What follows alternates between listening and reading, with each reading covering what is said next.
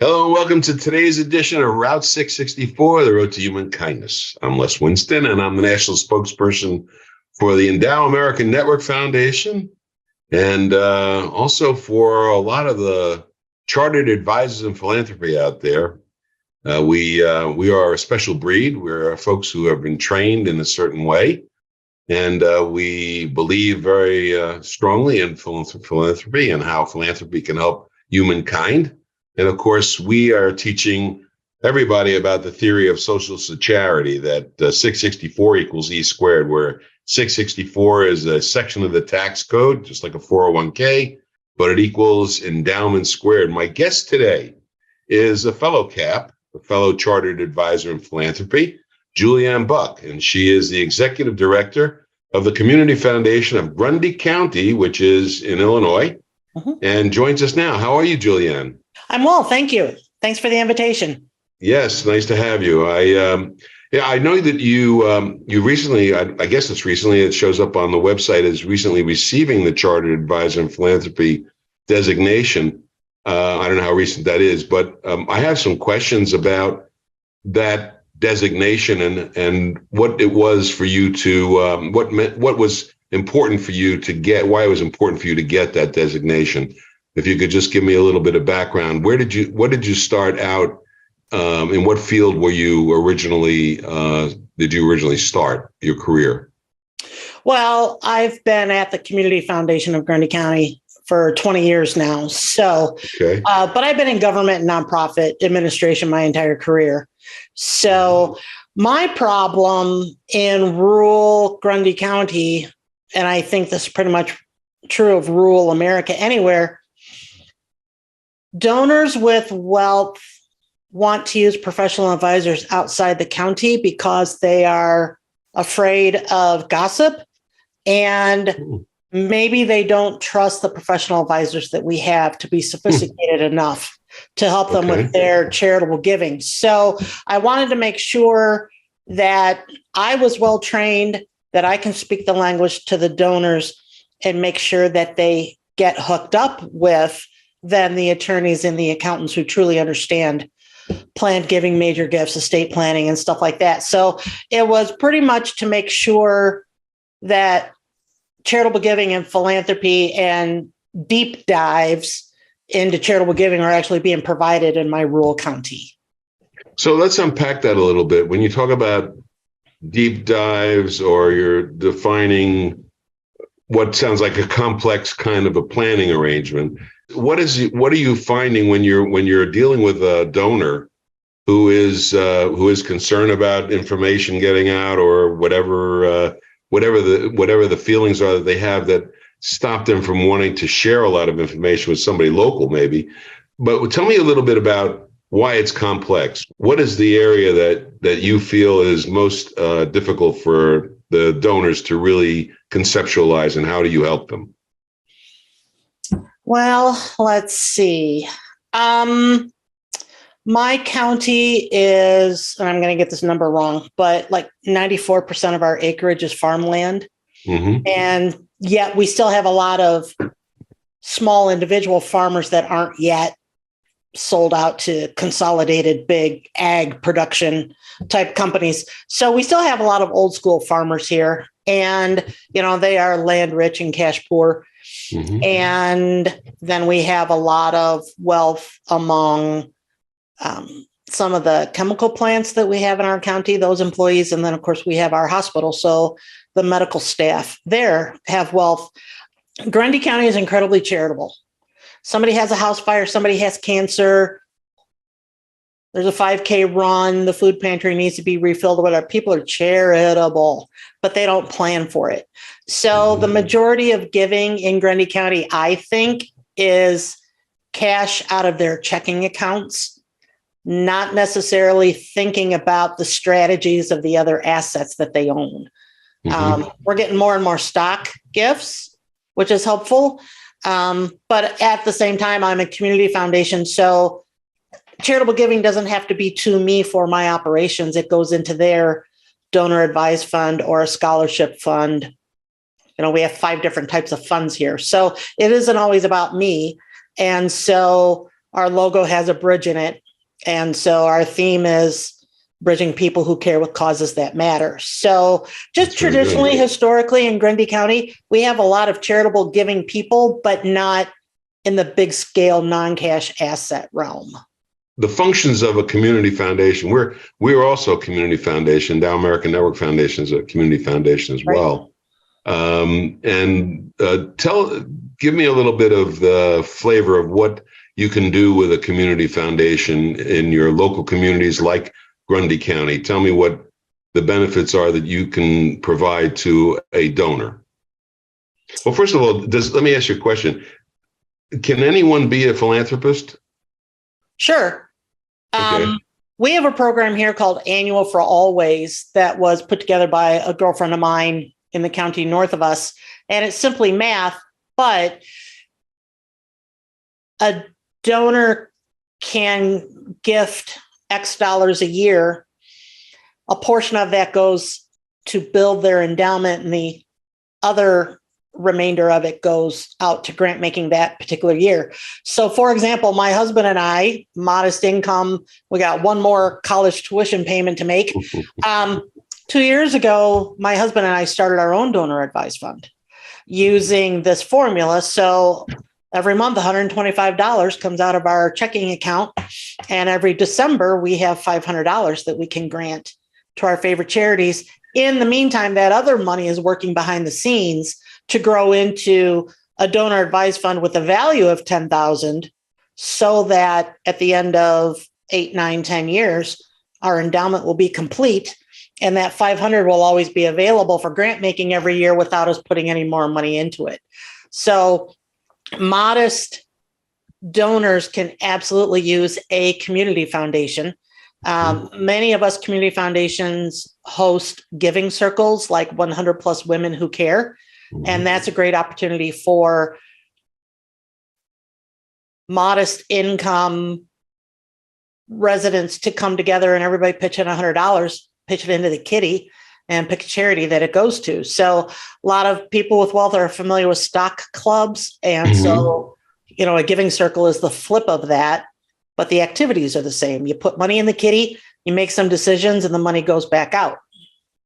So the tax aspect of it, the tax planning aspect, is kind of a sideline at that level.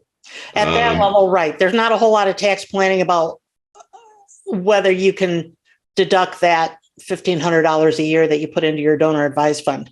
So I chuckle, and now he chuckles too with my husband. He'll be like, "Oh, wait a minute, put these raffle receipts into the tax folder." And I'm like, "Well, honey, did you buy $24,000 worth of raffle ticket?" He goes, "No." I'm like, "Well, yeah, no." So, yeah. So, that above the line $300 per person that we had through 2021, I know that there's talk in Congress of bringing that back. So yeah, I hope they do. That was very helpful, because $300 is a nice, in rural America, I think that was a good number to encourage middle income donors to give a little bit more. So tell me a little bit about other types of gifts, like non-cash assets. What kind of non-cash assets can donors give to the Grundy County Community Foundation? Well, everything's pretty standard in that other community foundations do this as well. So definitely stocks, definitely the bundling of stocks, giving a large sum in December to get you over that $24,000 giving threshold for tax purposes, et cetera. You talk a lot about charitable gift annuities, charitable remainder trusts, charitable lead trusts. We don't issue charitable gift annuities on our own. We can, we're old enough, we have enough in assets, but why not just use the National Gift Annuity Foundation through Decamai and Brian Klontz and his crew. Our big news, kind of, sort of, we will accept farmland and not sell it. Okay. So any other real estate that we accept, whether it's an apartment building or empty lots that are already developed and ready to be sold to builders, that type of thing. Every other piece of real estate that we accept, we liquidate upon receipt. except farmland. Why is that? Because the history of agriculture is incredibly important to our county, and family-owned farms is particularly important in our county. So grandma and grandpa, mom and dad built it. They did all the farming, et cetera, but the kids are scattered to the four winds and they don't necessarily want to be involved in the farming anymore, but they also don't want it to go to a big conglomerate. So for example, we have a farm down in southwest part of the county. It's 145 acres.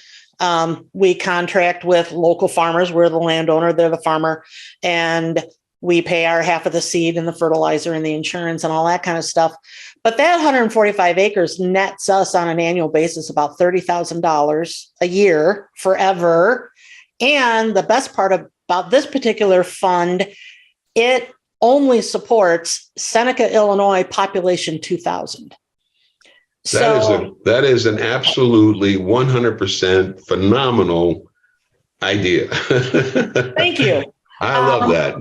That's because what you've done is you've taken an asset and created an endowment for the Community Foundation of Grundy in terms of working that farm. Is that a right? Yeah. Is that so? Yeah. The land, it has a value today of 1.5 million, but that's just simply on paper because we're not going to sell it. But right. The highs and the lows of the grain sales and all that good stuff last year was a phenomenal grain year. But the donor who died and left this farm in her estate. Now, so if you want to talk about taxes, she originally left it into a trust. But the first time the trust filed with the IRS came back and said, that's a single donor trust. Therefore, it's now a private foundation. You now need to distribute 5% a year, and farms only produce 2 to 3%. Right. So the attorney came to us and said, if we could break this trust, will the foundation take it? And it's a donor advised fund, but instead of having an individual donor, it has a committee. And so that committee of residents over in Seneca, Illinois, population 2,000, super rural. So what are they going to do with that $30,000 a year? I mean, they originally started in year one, they did a brand new softball diamond so that it would be tournament level diamond and they could get tourism dollars from people coming in to play softball in tournaments and things like that. They have set their priorities as seniors, adults with disabilities, children, and low-income families. So we have a lot of information gathering and research kind of stuff that we're doing right now. What are families in Seneca struggling with? And they also, you find this in rural America, the nonprofits are based in the bigger town, 15 miles away, but they want you to go to them for services instead of them coming to you for services. So that's also been part of the struggle, is going to the various nonprofits and social service agencies and asking them to physically come to Seneca once a week, once a month, whatever the case may be. And nothing against the one grocery store in Seneca, but what if they funded a van that would take senior citizens over to Ottawa once or twice a week to do their grocery shopping and fill their prescriptions and just get out and about type of thing. So all sorts of opportunity. There's no childcare in Seneca, so we're looking at that. So you're, as a community foundation, you're making a difference in the community, utilizing the community's resources from people who are philanthropic in the community to help the people in the community without the assistance of government. Is that a fair statement? Absolutely. And it has to be that way because the state and federal grants to rural America have dwindled. We kind of have no choice but to take care of our own. And that's not going to be different in the future. No, not at all. And you recognize that. And I commend you on it. That's just a great story. the farm in Seneca is an amazing tale. We use also pooled income funds, which is another form of what we call social security. The theory of social security involves the pooled income funds, charitable remainder trusts, and charitable gift annuities, which are all designed to provide income to the individual, different from a charitable lead trust where the lead goes to the charity and then the corpus goes back to the individual.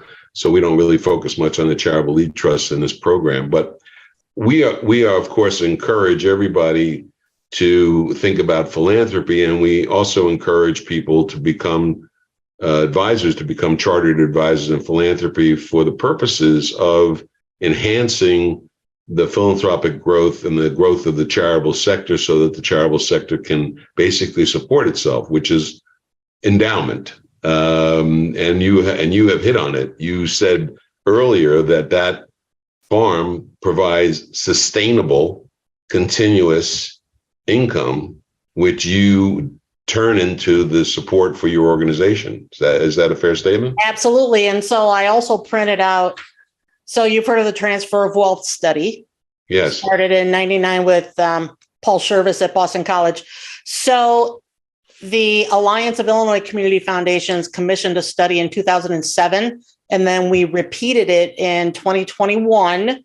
Mm-hmm. So the current net wealth as of 2021 in little old rural 50,000 people, Grundy County, Illinois, our current net worth is 12.7 billion with a B.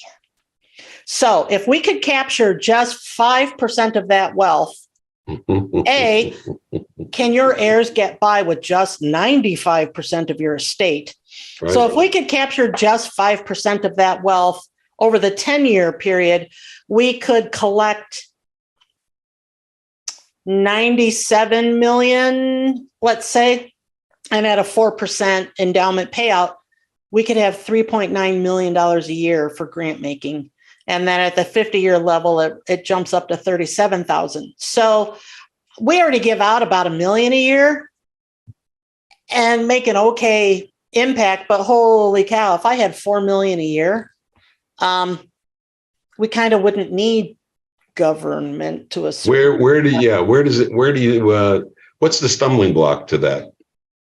As a cap, I think this people are afraid they're going to outlive their money. Right? Yes. I mean, yes. We're encountering professional advisors all the time who have clients sitting across the desk from them, especially this past year and a half of stock market returns. And we're living longer. We've got all this great strides in medical, et cetera. Yes. So people are afraid they're going to outlive their money. They don't want to tie it up. So therefore, when we start talking charitable gift annuities, and I see that you've had Russell James on before, that big report that he does every 5 years.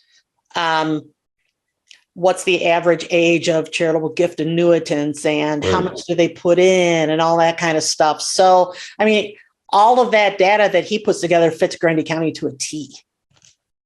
Yeah. So how do I reach more 75-year-old widows who could put $50,000 in a charitable gift annuity without me looking like a piranha? So they're getting the income back. Sure. They get the income back, but they are concerned that the corpus is gone and that they're strictly limited to a dollar return. So there are a lot of instances where a charitable gift annuity, which is a good idea, but may not be the best idea in some instances. And there's a lot of reasons. There's the size of the tax deduction, the question of the other assets. You had an interesting quote on your website from Teddy Roosevelt, which said, "Do what you can with what you have where you are." Where you are, yeah. Yeah. And so what people always say to me, well,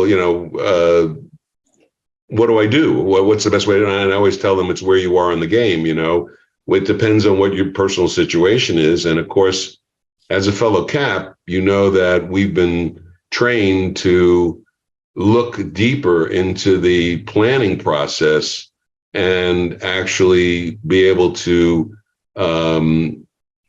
determine something about the ability of the individual to give But I must say that as both of us are involved with the community foundation, so we have to rely on other advisors to work with those clients to make sure that they're aware of everything that's out there. But what is your experience with other advisors? I mean, do they know this? Do they know what to do, or do you have trepidation about some of them? And are they, in many instances, deal killers? Absolutely. I can get, let's say, one of our, your target widow women with no children type thing, get her all excited about a donor advice fund or a scholarship fund. And let's say it's $50,000. And she goes to her professional advisor and they poo-poo it because they don't know what we do type of thing. Slowly but surely, I'm reaching more professional advisors who are getting it. As far as wealth managers, we do have a policy. If a new donor fund comes in at $250,000 or more, we'll allow them to keep their current wealth manager, provided that they abide by our investment policy type of stuff. So that fear goes away, I hope. And then, we just have some professional advisors that just aren't charitable themselves.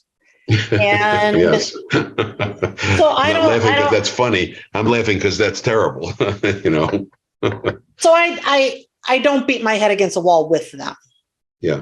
And if they have enough clients who come to them and say, I want to do something charitable, then maybe they will start to learn.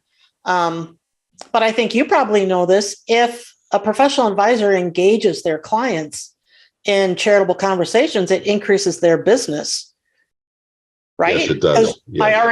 I, as their attorney, already did their wills, and I already did their durable power of attorney, and I already did their estate plan, and I already did it. There's no other products out there for me to work on with them for them until you bring in the idea of charitable giving.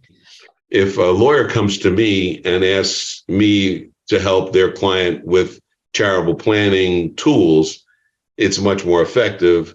And if the client tells the advisor to contact me about charitable planning tools, that's very effective. But when I go to a client first and then the client goes to the advisor, it doesn't work as well because in a way it wasn't their idea. So that's one of the biggest stumbling blocks. So we need to, our objective is to make more advisors in the country aware of the Chartered Advisor and Philanthropy designation, and also this kind of planning using social security devices and the 664, which is one of them, which is a charitable remainder trust. That's the section of the tax code that governs that, which you well know. So, Julianne, what is the picture down the road? Do you see? We've already discussed the fact that government is going to be backing out of anything that means support because they're not supposed to be doing it anyway. Government should not be supporting non-governmental organizations. That's an oxymoron. So we know that that's going to stop and has to stop and should stop. And so the substitute for it is organizations like yours, the Community Foundation of Grundy County, is a way for people to be philanthropic and have control over the philanthropy, control over the giving, and get advice with regard to what could be done using their advisors. And philanthropy fits both the liberal and the conservative side of the coin, because philanthropy is all about using your assets to design the community that you want to see, whether it's the broad community, whether it's specific programming. And so I'm also on the board of the Chicago Council on Planned Giving, and we're planning our day of learning and things. So when you talk about Chicagoland, the only flaw to my comment there is, do we have enough philanthropists, people with wealth, and professional advisors in some of the more struggling communities around Chicagoland? So that's kind of what we're doing through the Chicago Council on Planned Giving, is ramping up the conversation with professional advisors of color and other marginalized groups or previously left out of the conversation groups. If we can ramp up their training and their education, then they can go into their home communities, I'm going to say, and help people with wealth or lure more wealth into the communities to design the communities that they want. So I think philanthropy is incredibly liberating from the community point of view. You're not sitting here waiting for state and federal mandates to come down the pike telling you what you need to do, what you ought to do, what you will be doing with the money that they do send you. Mm-hmm. You're using philanthropy to design the community that you want. Thank you. Exactly. If you had the endowment that you're talking about at the 5% of the total value of the assets in your area, you'd be able to fund hospitals, you'd be able to fund daycare centers, you'd be able to fund adult care centers, you'd be able to do all, which is a good form of socialism in terms of the socialism versus conservatism. But socialism in that form is better because it's not government socialism. It's the people in the community working with the people in the community to help the community do a better job. That's how we started in this country. That was the thing that made us so attractive to the rest of the world, and why we actually became the United States of America, because we were giving and we understood the idea of being philanthropic. My guest is Julianne Buck, and she is the executive director of the Community Foundation of Grundy County and a chartered advisor in philanthropy. And we thank you very much for your time today, Julianne, and hope that you share your story. We're going to share your story here, but we'd like you to be able to share your story with other advisors to make them more in tune with what we're talking about with regard to philanthropy and the idea that there is a theory of social charity. We call it social charity, which is a blend of social security and charity smacked together, because we do a better job than social security, because at the end of the day, when the individual passes on, they have a say over where that money goes, as opposed to with social security, it disappears into the ether. So we appreciate very much your time. And is there a slogan or a theme that your organization wants to share with the listeners? Our tagline is improving the quality of life in Grundy County through leadership and philanthropy. So we do a lot of convening of stakeholder networks so that we know what the community wants, what the other agencies, nonprofits, municipalities, libraries, what are they seeing? What are the residents coming into them asking for, so that we as a community foundation can be strategic in our grant making, as well as having those conversations with professional advisors and their clients who want to be charitable, giving them an idea of what's going on so that they can choose where to do their charitable giving. So toward that end, actually, we have a group of 13 nonprofits who have a cooperative marketing program called Give Grundy.